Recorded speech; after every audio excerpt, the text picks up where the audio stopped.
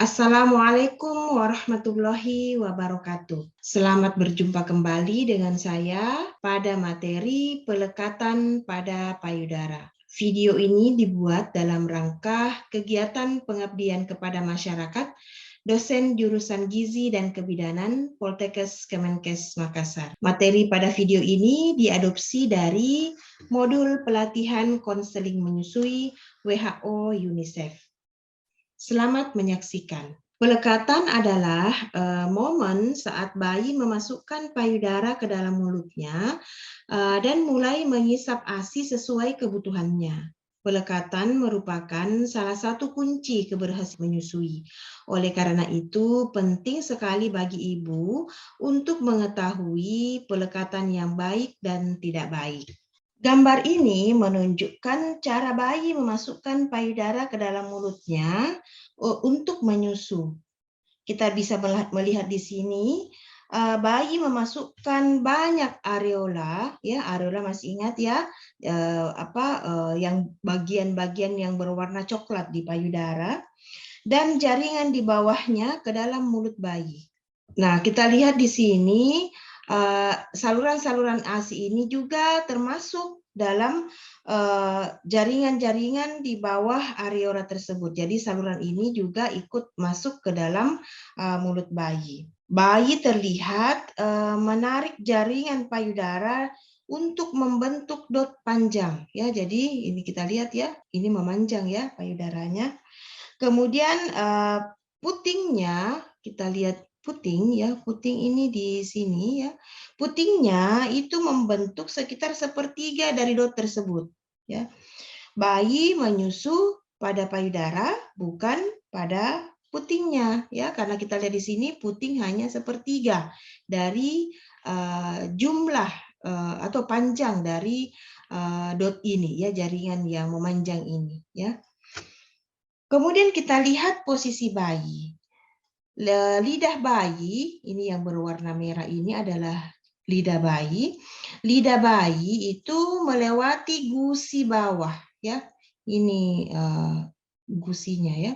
Melewati gusi bawah dan berada di bawah saluran, ya. Ini saluran-saluran isi berada di bawah lidah berada di bawah saluran-saluran ASI ini.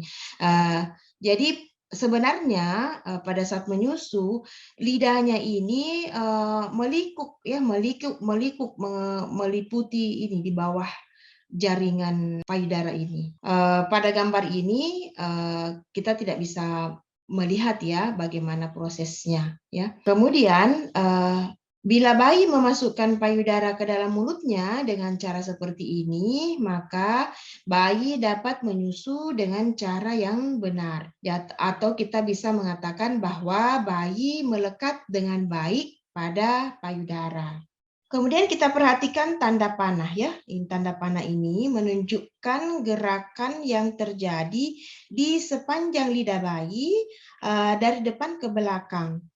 Gerakan ini kita lihat ini ya, lidah bayi menekan jaringan payudara ke langit-langit ya. Jadi dia menekan ke arah langit-langit.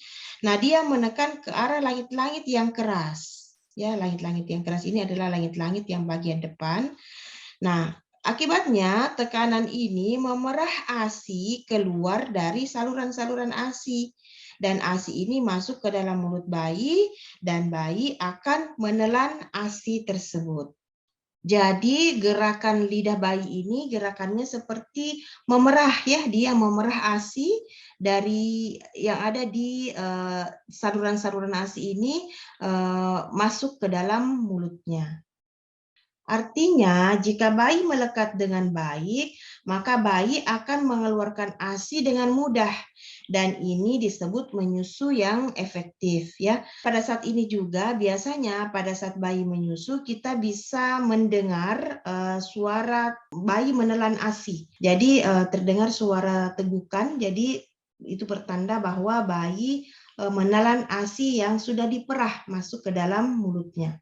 Jika bayi menyusu dengan cara begini, maka kita juga dapat melihat bahwa bayi tidak menggesek puting payudara, tapi bayi menekan jaringan payudara.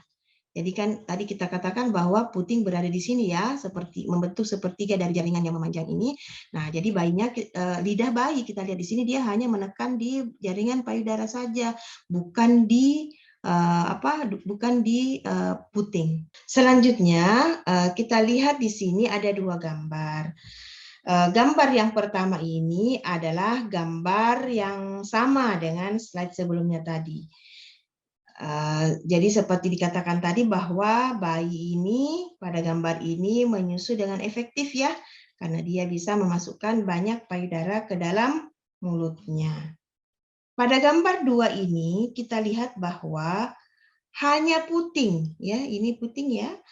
Hanya puting yang ada di dalam mulut si bayi, sedangkan jaringan-jaringan lainnya yang di bawah areola itu berada di luar mulut bayi.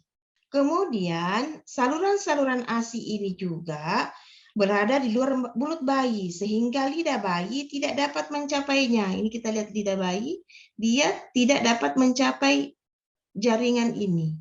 Bayi yang ada pada gambar 2 ini tidak melekat dengan baik. Bayi ini mengisap puting dan dia tidak menyusu secara efektif. Nah, selanjutnya gambar ini menunjukkan mulut dari kedua bayi yang sama dengan gambar sebelumnya. Tapi ini kita lihat tampak dari luar ya. Nah, perbedaan yang terlihat adalah pada gambar 1 tampak areola ya, ini areola ya. Lebih banyak di atas mulut bayi dibandingkan di bawahnya. Ya, lebih banyak di atas ini di sini ya dibanding yang di bawah. Kemudian mulut bayi terbuka lebar, bibir bawahnya melengkung keluar, kita lihat di sini. Kemudian dagu bayi menyentuh payudara, ya. Ini menunjukkan bahwa lidah bayi sedang menjangkau bagian bawah dari saluran-saluran ASI untuk memerah ASI keluar dari payudara dan masuk ke dalam mulut bayi. Ini adalah beberapa tanda yang dapat dilihat dari luar yang menunjukkan bahwa bayi melekat dengan baik pada payudara. Selanjutnya pada gambar 2 kita lihat terlihat areola ini sama antara yang di atas dan di bawah mulut bayi. Jadi sama banyaknya. Kemudian mulut bayi tidak terbuka lebar atau mencucut, ya. Kemudian bibir bawah tidak melengkung keluar dan dagu bayi tidak menyentuh payudara. Ini adalah tanda-tanda yang dapat terlihat dari luar yang menunjukkan bahwa bayi tidak melekat dengan baik. Mungkin akan terlihat lebih banyak areola di luar mulut bayi yang tidak melekat dengan baik. Ya, areola lebih banyak di luar mulut bayi. Tetapi sebenarnya lebarnya areola ini bukanlah tanda yang bisa dipercaya untuk pelekatan yang tidak baik, karena ada beberapa ibu yang memiliki areola yang sangat lebar dan akan terlihat banyak areola yang tersisa ya tersisa di luar ya terlihat di luar walaupun sebenarnya bayi sudah melekat dengan baik. Jadi lebih bisa dipercaya jika membandingkan antara yang terlihat di atas dan di bawah. Jadi yang bisa dipercaya adalah membandingkan luasnya permukaan areola yang terlihat di atas dan di bawah. Kalau kita lihat ini kan seimbang ya antara yang di atas dan di bawah. Kalau ini kita lihat bahwa yang banyak ini di atas, di bawah yang tidak terlihat. Nah, jadi kita sudah melihat ya gambar perbedaan antara pelekatan yang baik dan pelekatan yang tidak baik. Selanjutnya kita akan melihat apakah akibat dari pelekatan yang tidak baik. Pertama adalah sakit dan luka pada puting. Ya, jadi pelekatan yang tidak baik ini merupakan penyebab utama terjadinya sakit dan luka pada puting. Kita melihat tadi bahwa pada saat bayi mengisap dengan pelekatan yang tidak baik, maka bayi hanya mengisap puting. Akibatnya puting tergesek di langit-langit yang keras. Jadi pada saat bayi mengisap, dia mau mengeluarkan ASI dari payudara, maka bayi mengisap puting keluar masuk dari mulutnya sehingga ujung puting itu tergesek di langit-langit yang keras yang menyebabkan luka pada payudara ya, pada puting. Selanjutnya, nah karena pelekatannya tidak baik, kita juga tadi melihat di gambar tadi bahwa pada saat bayi mengisap dengan pelekatan yang tidak baik, yang masuk ke dalam mulutnya hanya puting. Jadi jaringan areola dan saluran-saluran ASI itu di luar mulut bayi, sehingga bayi hanya mengisap sedikit saja atau hanya sedikit ASI yang dikeluarkan dari payudara. Karena hanya sedikit ASI yang dikeluarkan, akibatnya terjadilah pembengkakan. Jadi banyak ASI yang tersimpan dalam payudara. Dan ini menyebabkan payudara bengkak dan kemungkinan juga akan terjadi bendungan ASI. Kemudian sepertinya atau biasanya ibu merasa bahwa sepertinya persediaan ASI-nya kurang. Ya, karena bayi tadi kan hanya mengisap puting sehingga alirannya menjadi lambat. Karena alirannya lambat, biasanya bayi menjadi tidak puas menyusu, jadi karena hanya dapat sedikit ASI. Atau bayi sudah mendapatkan ASI tapi dia jadinya menyusu lebih sering atau sedikit-sedikit mau menyusu, sedikit-sedikit mau menyusu. Selain itu bisa saja juga dia menyusu dalam waktu yang lama. Jadi ya untuk memuaskan dia menyusu dalam waktu yang lama. Karena apa? Karena tadi bayi hanya mengisap puting saja, hanya sedikit ASI yang ada di dalam puting.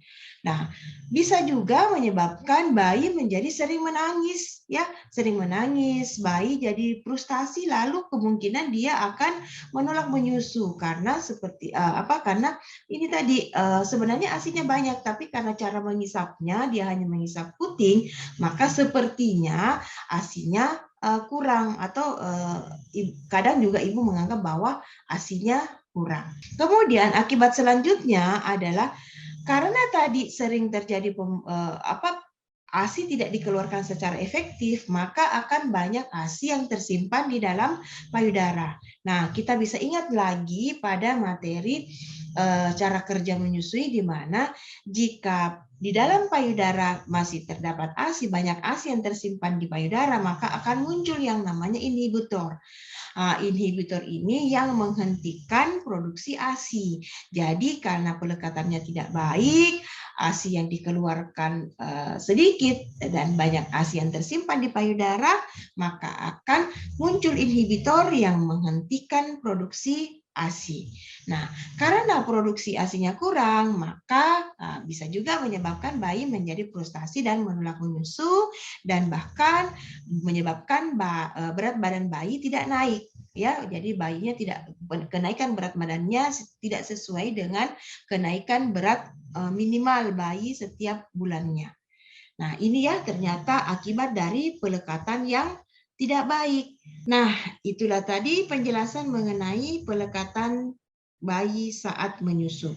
Jadi dari penjelasan tadi kita sama-sama memahami bahwa pelekatan bayi merupakan salah satu kunci keberhasilan menyusui. Terima kasih atas perhatiannya. Sampai jumpa pada video-video selanjutnya. Assalamualaikum warahmatullahi wabarakatuh.